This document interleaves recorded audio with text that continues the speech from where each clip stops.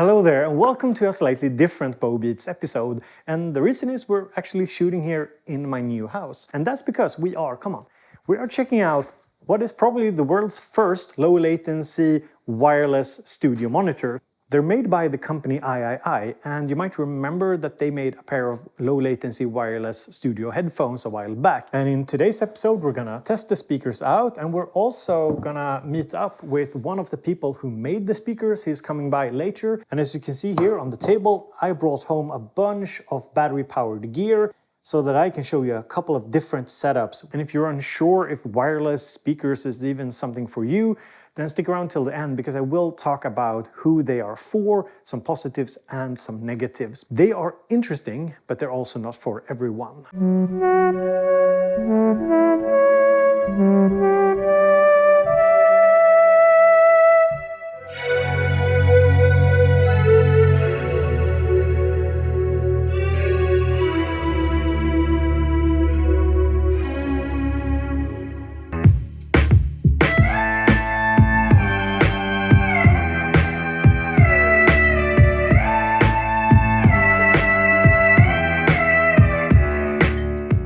Two big unique things about these speakers is firstly, they're battery powered. They have a big chunky battery built into them. Should last you around 20 hours according to AIAIAI, and in my testing that seemed to be pretty accurate unless you really amp up the volume. Then it drains the battery quicker. And the second thing is the stable 16 millisecond low latency if you use them completely wirelessly. So 16 milliseconds isn't 0, it's not 5 even. That's really low. 5 milliseconds is really low. But 16 is good enough that you won't notice it unless you're an extremely talented piano player, for example. Then you would probably notice 60 milliseconds. But for me and for most of you, you won't notice it. When I was using them, I didn't feel like I was using wireless speakers. We have a 4-inch woofer and a 1-inch tweeter. And on the top here, if you come closer, you can see that there are an on button and the levels here, plus and minus. And also on the back here, we have this switch here, mode switch, for either Bluetooth or their own wireless standard. And you can also set it to be stereo or mono, and you can set left and right. Also, there's the power input, we have balanced input and an unbalanced aux input here. In terms of drivers, there's dual 80-watt drivers in these speakers, and they do get fairly loud. Okay, so I'm here with Tom from AIAIAI Audio. I'm gonna play something that isn't copyrighted, or at least I own the copyright for it.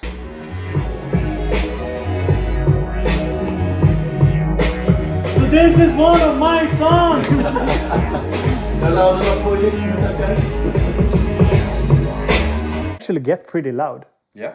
Is that something you guys kind of aimed for, or? Yes, definitely. Yeah, even though they are quite a compact speaker that you can pick up and carry around easily, we made sure that we packaged in a lot of power inside, and that also that power can run fully off of the batteries. So wherever you are, you can play as loud as you like, and we have a good low frequency extension. So I was actually quite surprised of the audio level, but also like the bass response. Could you talk a little bit more about like what went into the design process to get more bass out of such a small 4-inch woofer? Yeah, so it was really important for us that the speaker was small and easy to move around. So we chose a small 4-inch woofer.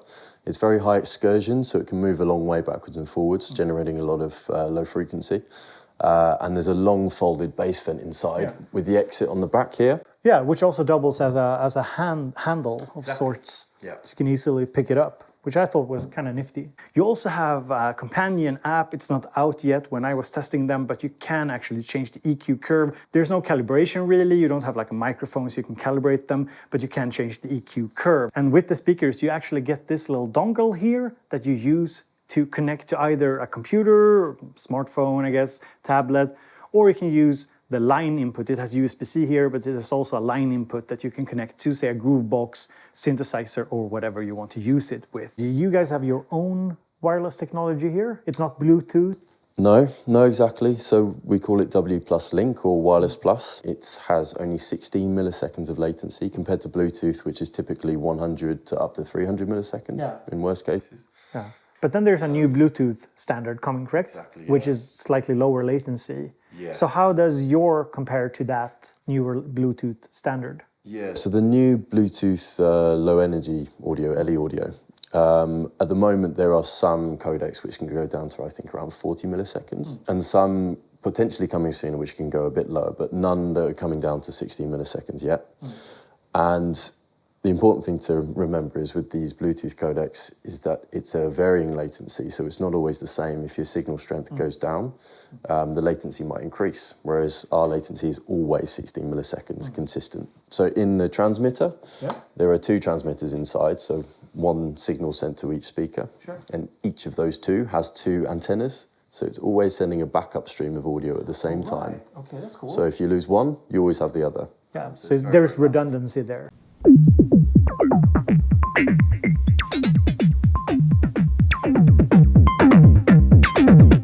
I'm going to show you 3 different ways you can use these speakers, basically 3 kinds of setups. And the first one is the most straightforward one, and it's the one that I think most of you will actually be using. You use your computer, you just hook up the transmitter to the computer, and then it's recognized as an audio interface inside of the computer. You select it in your DAW, and you're ready to do some music wirelessly.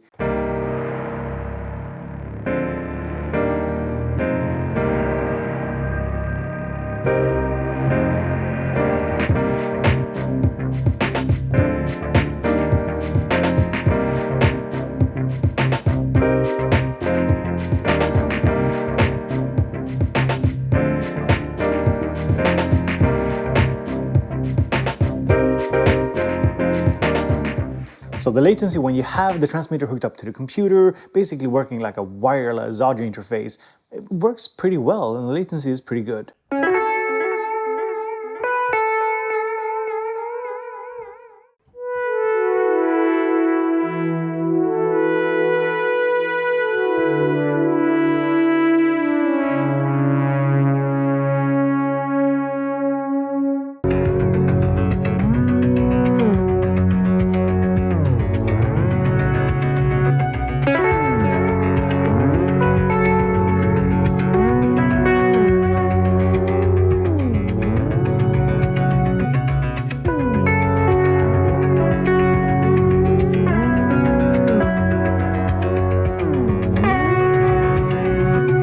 The second way we can set up these speakers is with, say, a synth or a groove box, and in order to do that we need the transmitter. We also need a power bank. Just plug it in. Power on the speakers. Connect to the headphones output. And if you're wondering, I'm using the zoom here just to capture a bit of audio for you guys.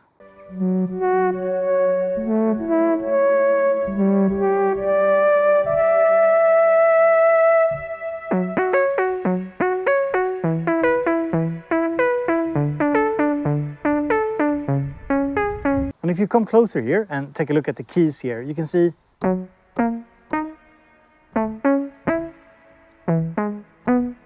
mean, the latency, it's not something that I notice.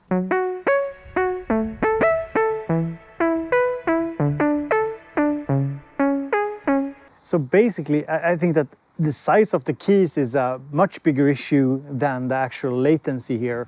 I can't notice it. And now I just want to change from the Hydrasynth, we're going to turn it off, and I want to change it to the circuit, because I actually think that using like a groove box or something with this setup makes a lot of sense. Now with the circuit you can do the same thing, just go headphones out into the transmitter. But, and this is the third type of setup that we need to talk about. You don't really need to use the transmitter in order for this to be a sort of wireless setup. No, wait, we can't use this cable. I'm stupid. So we just go here into the balanced input, and in here in the balanced input.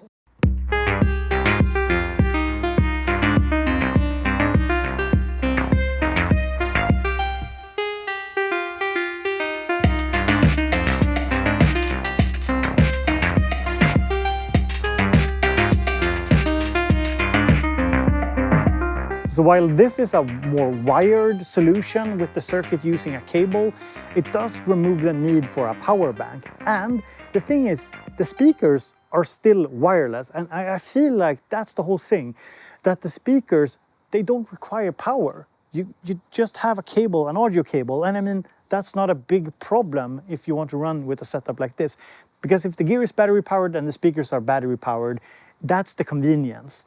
An audio cable running between them isn't much of a problem. Now, you don't need wireless studio monitors to move studio monitors around, but you do need a lot of cables to make it work. And furthermore, if I want to sit, for example, out here and annoy my neighbors by making techno at 8 p.m. in the evening, I would also have to run all of these cables like pretty far through wet grass and stuff. So yeah, I'm not gonna do that. So in terms of sound quality, I actually took these with me to the studio and tested them out, and I compared them with a few other speakers. Overall, very happy with the sound. They don't have that kind of muddy sound that you sometimes get with smaller speakers, especially hi-fi speakers.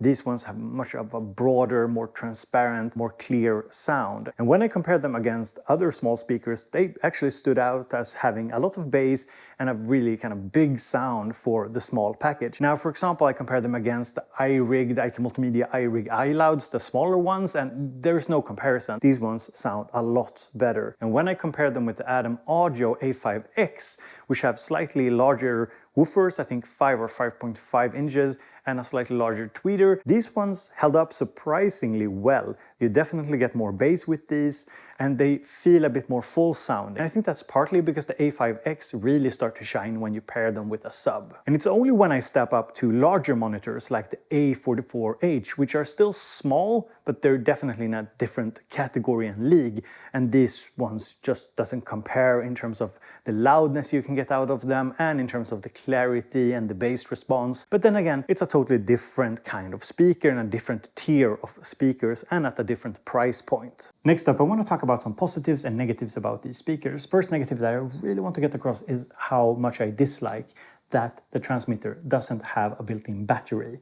Now, you can just connect it to a power bank, that works, but it's just not an elegant solution. And what is the reason why you guys didn't include a battery in the transmitter? Because I know I have the transmitter for the headphones, that one has a built-in battery. Exactly, yeah. So we've really focused on making this as compact as possible for being used with a laptop or a tablet as well for these kind of use cases. And we made sure that you can power it off a power bank so that you can turn it into a portable thing yourself. If it had a battery inside, eventually batteries wear out and you'd need to replace that in some way. So we're trying to reduce the complexity of the product that way. Another negative is the actual build quality of the transmitter. So the speakers feel very well built, but the transmitter, I don't know, it feels like lightweight, kind of flimsy plastic, I don't know. It doesn't feel sturdy. Now, on the positive side, I actually really like these speakers because they sound good, they have a nice build quality, they have a decent amount of bass for being just 4 inches. So they don't blow the competition out of the water in terms of sound, like there's a lot of equally good sounding small speakers out there for less money.